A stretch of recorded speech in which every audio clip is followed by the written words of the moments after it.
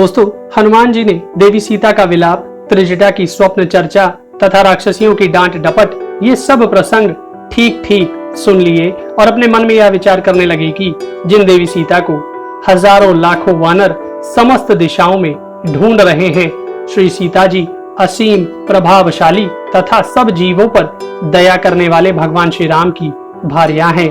ये अपने पति देव का दर्शन पाने की अभिलाषा रखती हैं। इन्होंने पहले कभी ऐसा दुख नहीं देखा था, परंतु इस समय दुख का पार नहीं पा रही हैं। अतः मैं इन्हें आश्वासन दूंगा, यदि मैं इन सती साध्वी देवी सीता को सांत्वना दिए बिना ही चला जाऊंगा तो मेरा वहां जाना दोषयुक्त होगा। मेरे चले जाने पर अपनी रक्षा का कोई उपाय ना देखकर ये यशस्विनी राजकुमारी जानकी अपने जीवन का अंत कर देंगी, परंतु राक्षसियों के सामने इनसे बात करना मेरे लिए ठीक नहीं होगा। ऐसी अवस्था में यह कार्य कैसे संपन्न करना चाहिए, यही निश्चय करना मेरे लिए सबसे बड़ी कठिनाई है। हनुमान जी यह सोचने लगे, यदि मैं सामने जाऊं तो मेरे इस वानर रूप को देखकर और मेरे मुख से मानवोचित भाषा सुनकर देवी सीता, जिन्हें पहले से ही राक्षसों ने भयभीत कर रखा है, और भी डर जाएंगी और मुझे इच्छानुसार रूप धारण करने वाला रावण समझकर जोर जोर से चीखने चिल्लाने लगेंगी। देवी सीता के चिल्लाने पर ये भयानक राक्षसियां और इस वाटिका की रक्षा में नियुक्त महाबली राक्षस तरह तरह के हथियार लेकर आ धमकेंगे। वैसे मैं राक्षसों को मार डालने में समर्थ हूँ, परंतु युद्ध में फंस जाने पर महासागर के उस पार नहीं जा सकूंगा। युद्ध अनिश्चयात्मक होता है, उसमें किसी पक्ष की विजय होगी यह निश्चित नहीं रहता। मुझे संशय युक्त कार्य प्रिय नहीं है। कौन ऐसा बुद्धिमान होगा जो संशय रहित कार्य को संशय युक्त बनाना चाहेगा। इन सब बातों पर विचार करके हनुमान जी ने यह निश्चय किया कि देवी सीता को भगवान श्री राम के गुण गा गा कर सुनाऊंगा। श्री राम के संदेशों को इस प्रकार सुनाऊंगा जिससे देवी सीता का उन वचनों पर विश्वास हो। जिस तरह उनके मन का संदेह दूर हो, उसी तरह मैं सब बातों का समाधान करूंगा। इस प्रकार बहुत सी बातें सोच विचार कर हनुमान जी ने देवी सीता को सुनाते हुए मधुर वाणी में इस तरह कहना आरंभ किया। इक्ष्वाकु वंश में राजा दशरथ नाम से प्रसिद्ध एक राजा हो गए हैं। उनके ज्येष्ठ पुत्र श्री राम नाम से प्रसिद्ध हैं। श्री राम संपूर्ण धनुर्धारियों में श्रेष्ठ और शस्त्र विद्या के विशेषज्ञ हैं। शत्रुओं को संताप देने वाले श्री राम अपने सदाचार के, स्वजनों के, इस जीव जगत के तथा धर्म के भी रक्षक हैं। श्री राम अपने पिता की आज्ञा से अपनी पत्नी देवी सीता और भाई लक्ष्मण के साथ वन चले आए।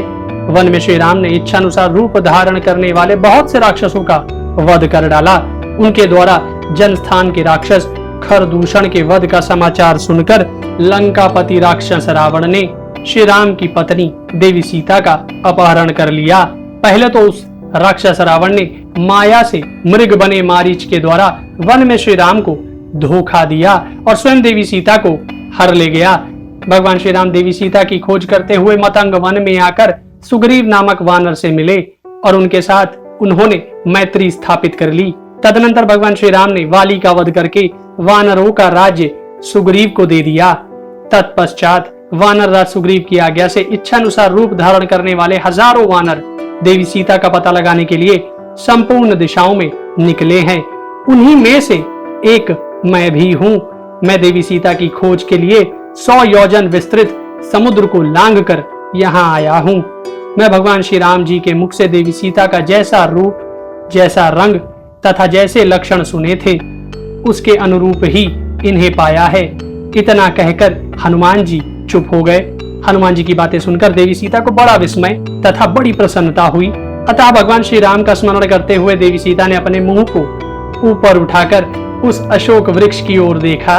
कुछ पल तक समस्त दिशाओं में दृष्टि दौड़ाने के उपरांत शाखा के भीतर छिपे हुए हनुमान जी पर देवी सीता की दृष्टि पड़ी।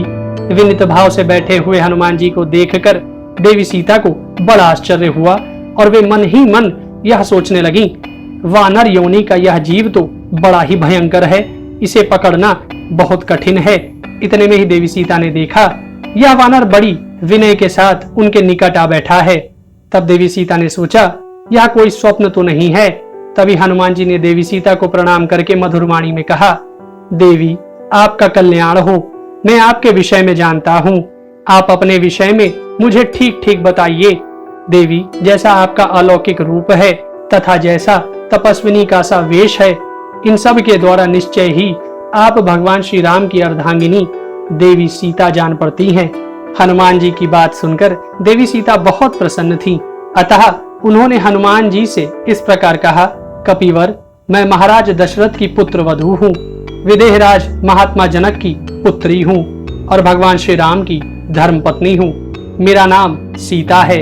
अपने विषय में सब कुछ विस्तार से बताती हुई देवी सीता हनुमान जी से यह भी बताती हैं कि राक्षस राज रावण ने मेरे जीवन धारण करने के लिए 2 मास की अवधि निश्चित कर दी है। अतः 2 महीनों के बाद मुझे अपने प्राणों का परित्याग करना पड़ेगा।